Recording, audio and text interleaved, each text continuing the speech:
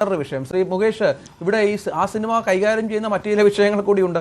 അത് ഈ സംഘപരിവാർ രാഷ്ട്രീയവുമായി ബന്ധപ്പെട്ട് മാത്രമല്ല, നമ്മുടെ സംസ്ഥാനത്തെ വളരെ പ്രധാനപ്പെട്ട രാഷ്ട്രീയ കക്ഷിയായ ഭരണകക്ഷിയായ CPM-നെയും ചില ട്രോളുകൾ CPM-മായി ബന്ധപ്പെട്ട് ചില വിമർശനങ്ങൾ, ചില കാര്യങ്ങളൊക്കെ അതിന് സംഭവിക്കുന്നുണ്ട്. അപ്പോൾ അവരും ഇങ്ങനെ പറഞ്ഞിറങ്ങിയാൽ ആ ഭാഗവും കട്ട് ചെയ്യേണ്ടി വരുമോ? തീർച്ചയായിട്ടും. ഞാൻ ഈ സിനിമ കണ്ടപ്പോൾ എല്ലാവരെയും ഒരുപോലെ വിമർശിച്ചു. അത് സിനിമയുടെ തുടക്കത്തിൽ ഒരു കലാപം കാണിക്കുന്നുണ്ട്, ഇന്ന കലാപം എന്നൊന്നും പറയുന്നില്ല. ഏകദേശം അതുമായിട്ട് ബന്ധപ്പെട്ട് എടുത്താമെങ്കിൽ ബന്ധപ്പെടുത്താം. അല്ലെങ്കിൽ രണ്ടാമത് സിനിമ മുന്നോട്ട് പോകുമ്പോൾ ഇപ്പോൾ ഭരിക്കുന്ന പാർട്ടിയെ നടത്തിയ ഒരു പ്രധാന കലാപരിപാടിയെക്കുറിച്ച് അതിൽ പ്രതിപാദിക്കുന്നുണ്ട്, വ്യക്തമായി കാണിക്കുന്നുണ്ട്.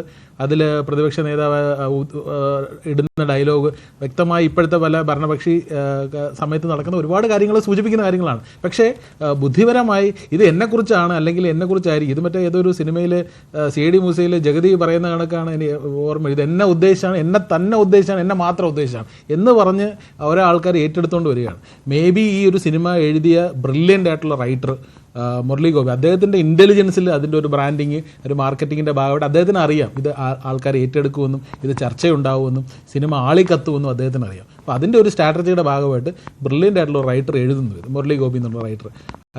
അത് കൃത്യമായ ഒരു ഡയറക്ടർ, പൃഥ്വിരാജ് എന്ന് പറഞ്ഞ ഡയറക്ടർ അതിനെ സിനിമയാക്കും. മോഹൻലാൽ എന്ന് പറഞ്ഞ നടൻ അതിൽ അഭിനയിക്കുന്നു. നമ്മളിതെല്ലാം കാണുന്നു. ഈ കാണുന്നതിൽ ഒരു വിഭാഗം ആൾക്കാർ സിനിമയായിട്ട് കാണാതെ അവൻ എന്ത് ചെയ്യുന്നു, ഞാൻ നേരത്തെ പറഞ്ഞ പോലെ ഇതിൻ്റെ ഏക്കും പൂക്കും അറിയാമെന്നുള്ളവരാണ് അവിടെ സെൻസർ ബോർഡിൽ ഇരിക്കുന്നത്. നല്ല വിവരമുള്ളവരെ പിടിച്ചെടുത്തിട്ടുണ്ട്. അത് പാർട്ടിയായിട്ട് ബന്ധപ്പെട്ട ആൾക്കാർ, അവരെ കണ്ടിട്ടാണ് ഈ സാധനം ഇങ്ങോട്ട് പുറത്തോട്ട് ഇറങ്ങിയത്. അപ്പോൾ അവർക്കൊന്നും ഇല്ലാത്ത കുത്തി കിഴപ്പാട് ബാക്കിയുള്ളവർ കണ്ടിട്ട് പറയുന്നത് ഇത് എന്നെക്കുറിച്ചാണ്, ഞങ്ങളെക്കുറിച്ചാണ്, ഇത് ഇതിനെക്കുറിച്ചായിരിക്കും എന്നൊക്കെ പറയുന്നത്. അപ്പോൾ ഇതൊക്കെ സിനിമയായിട്ട് കാണാതെ രാഷ്ട്രീയപരമായി സിനിമയെ കലർത്തി അത്. അപ്പോൾ ഇത്തരം കാരണങ്ങൾ ഉണ്ടാവുമെന്നുള്ള മുൻവിധി ഇത് എഴുതിയ ഇൻ്റലിജൻ്റ് ആയിട്ടുള്ള ഒരു റൈറ്ററിനുണ്ട്. അദ്ദേഹം അത് മുന്നിൽ കണ്ടുകൊണ്ട് മാത്രമാണ് ഈ ഒരു പേര് അതിലത് കാസ്റ്റ് ചെയ്തതും ഈ ഒരു കലാപം അത് ആ കാര്യങ്ങളൊക്കെ അതിൻ്റെ ഒരു മാർക്കറ്റിംഗ് സ്ട്രാറ്റജിയാണ്. അത് കൃത്യമായി അത് സിനിമയെ എങ്ങനെ കൊണ്ടുപോകുമെന്ന് അദ്ദേഹത്തിന് അറിയില്ല. പക്ഷേ സിനിമയ്ക്ക് അത് ഗുണം ചെയ്യും എന്നുള്ളതാണ് എൻ്റെ ഇപ്പോഴത്തെ വിശ്വാസം. കാരണം സിനിമ ഇത്രയും രീതിയിൽ മാർക്കറ്റ് ചെയ്ത്, കാരണം all India pan India marketing ആണ് നടത്തിയത്.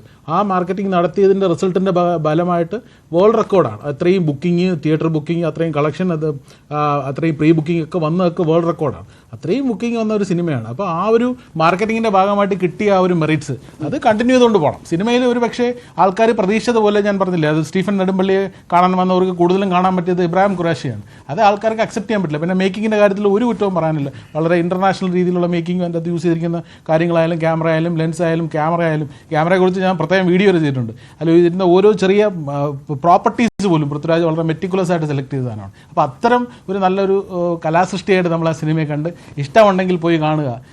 ആരും ഇവിടെ നിർബന്ധിക്കുന്നില്ല നിങ്ങൾ പോയി ലൂസിഫർ കാണും അല്ലെങ്കിൽ എമ്പുരാൻ കാണുമെന്ന് ആരും നിർബന്ധിക്കും. ഇഷ്ടമുണ്ടെങ്കിൽ പോയി കാണുക. നല്ല സിനിമയാണെങ്കിൽ അംഗീകരിക്കുക. അല്ല അതൊരു കലാരൂപത്തെ 17 വെട്ടുക എന്ന് പറഞ്ഞാൽ സിനിമ തീർന്നു. കാരണം അതിൻ്റെ അകത്ത് അത്രയും ഡ്യൂറേഷൻ, ഏകദേശം 3 മണിക്കൂറോളമുള്ള സിനിമയാണത്. ആ സിനിമയിൽ 17 കട്ടിങ് എന്ന് പറഞ്ഞാൽ ആ സിനിമ നശിച്ചു. കാരണം ആദ്യത്തെ കുറേ ഭാഗമൊക്കെ പോകുന്നൊക്കെയാണ് ഇപ്പോൾ കേൾക്കുന്നത്. അപ്പോൾ അത്തരം ഒരു കലാസൃഷ്ടിയോട് ചെയ്യുന്ന ഏറ്റവും നീചമായ കാര്യമാണ്. അതിപ്പോൾ ഏത് പാർട്ടിയായാലും, ഇപ്പോൾ ഭരിക്കുന്ന പാർട്ടിയായാലും, കേരളം ഭരിക്കുന്നതായാലും, കേന്ദ്രം ഭരിക്കുന്നതായാലും, ആര് ഇതിനെതിരെ വന്നാലും ഒരു സിനിമയായിട്ട് കണ്ട് അവർ അത് കാണും. പിന്നെ അത് സിനിമ മാർക്കറ്റ് ചെയ്യാനും അതിനെ ബ്രാൻഡ് ചെയ്യാനും അതിനെ മുകളിലേക്ക് എടുത്തുകൊണ്ട് വരാൻ ഒരു സിനിമ ഒരു പക്ഷേ ഈ താഴെ പോവുകയാണ്. അതിനെ കൊണ്ടുവരേണ്ട ഉത്തരവാദിത്തം പ്രൊഡ്യൂസറിൻ്റെതും ഡയറക്ടറിൻ്റെതും അതിൽ അഭിനയിച്ച ആക്ടേഴ്സിൻ്റെ ഒക്കെ ഉത്തരവാദിത്തമാണ്. അത് അവർ ചെയ്യും.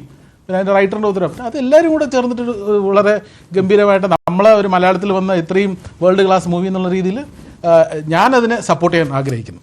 ജയശങ്കരൻ, ഇവിടെ